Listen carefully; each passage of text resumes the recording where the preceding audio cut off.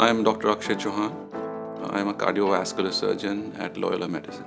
Both of my parents were doctors, and seeing them day in, day out take care of their patients affected me as a child and had a big impression on me. In medicine, you get a special opportunity to take care of people in need. I specialize in heart and lung transplantation and mechanical circulatory support devices. I also specialize in high-risk coronary revascularization as well as treatment of complex valve disorders.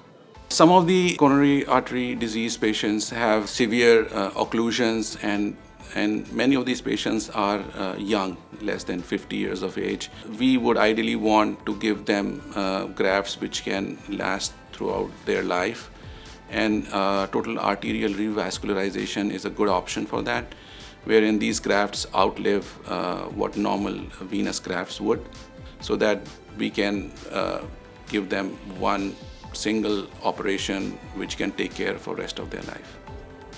In cardiovascular surgery, I get to treat some of the most sickest patients who are in a phase of life wherein they need someone to take care of them as a family member, and getting that opportunity to help some of my patients and be a part of their journey, I feel is a real privilege.